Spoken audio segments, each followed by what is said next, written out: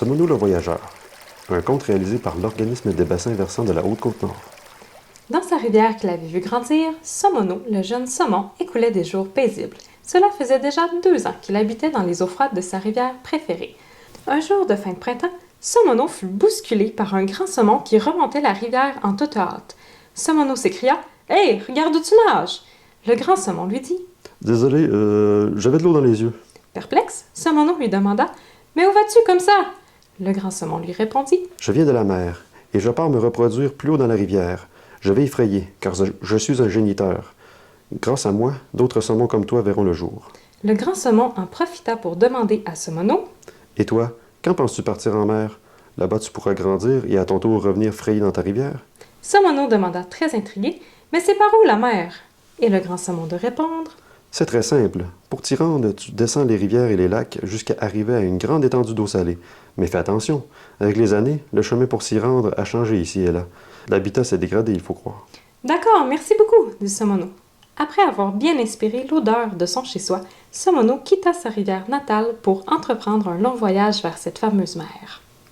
En descendant la rivière, Somono se mit à réfléchir à ce qu'avait dit le grand saumon. Il serait attristé de voir sa rivière polluée car il désirait revenir y frayer un jour. Il se promit d'interroger les animaux qu'il croiserait sur son chemin pour en apprendre davantage sur la dégradation de son habitat. Somono croisa sur son chemin d'étranges formes accrochées au fond de l'eau.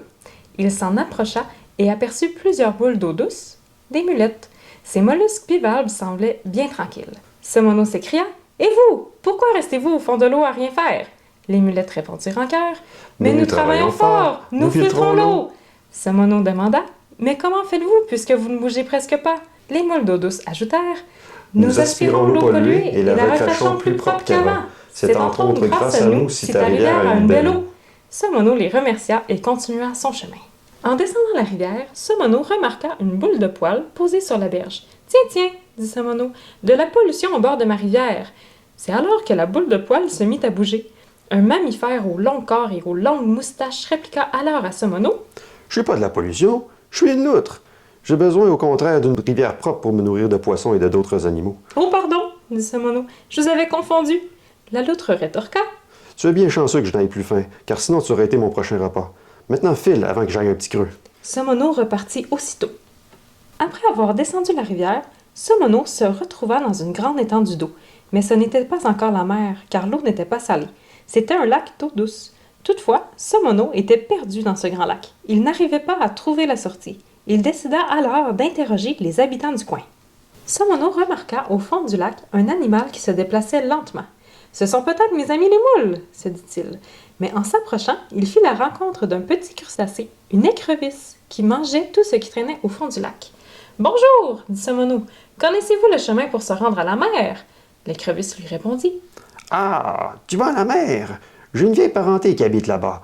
C'est un homard. Ils parlions toujours avec un accent charmant des maritimes. C'était un chic type.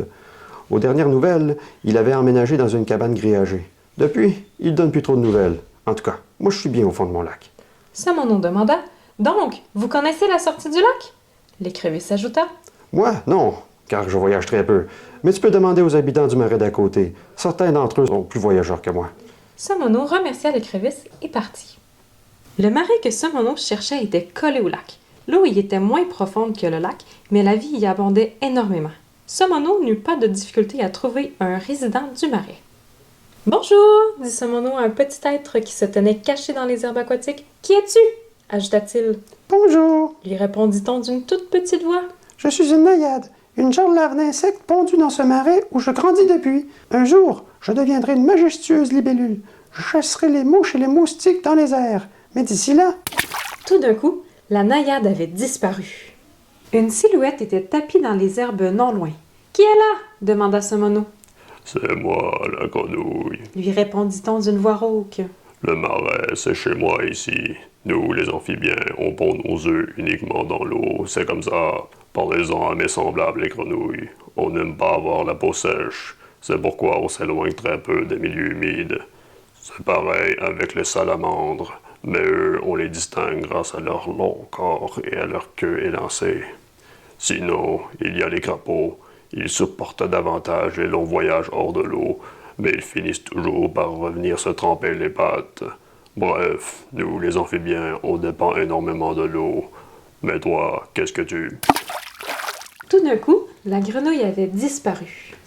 Somono aperçut de très grandes pattes au travers des herbes. On aurait dit des pattes de dinosaures. Une voix stridente se fit entendre. « Tiens, elle a un goût d'insecte, cette grenouille. »« Somono demanda alors « Qui est là? » « C'est moi, le grand héron. lui répondit-on. J'ai l'habitude de venir dans ces marais pour manger. C'est un bon garde-manger pour nous, les oiseaux. Parlez-en à mes amis les canards qui se régalent dans un milieu comme ici. Même les petits insectes bien cachés dans la boue ne leur échappent pas. Ou encore, mon ami le buteur d'Amérique, qui chasse à l'affût tout comme moi.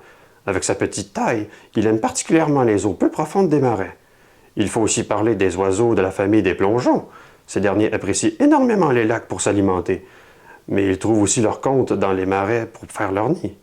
Mais dis-moi, tu as l'air assez petit pour un saumon. Laisse-moi te... Tout d'un coup, Somono s'était enfui.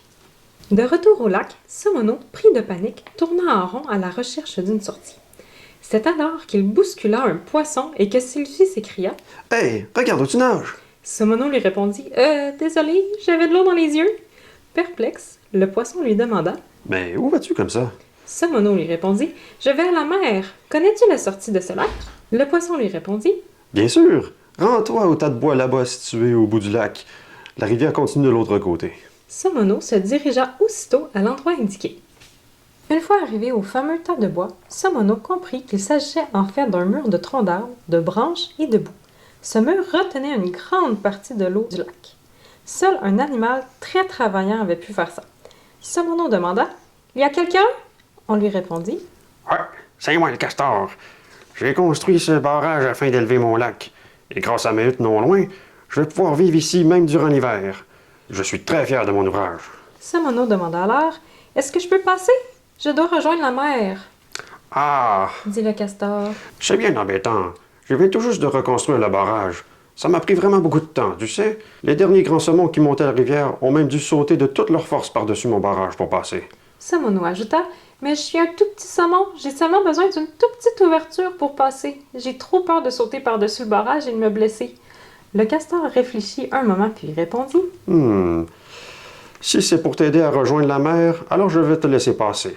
Je reboucherai l'ouverture en un rien de temps. » En moins de deux, le castor ouvrit une petite brèche pour que Somono poursuive sa descente vers la mer.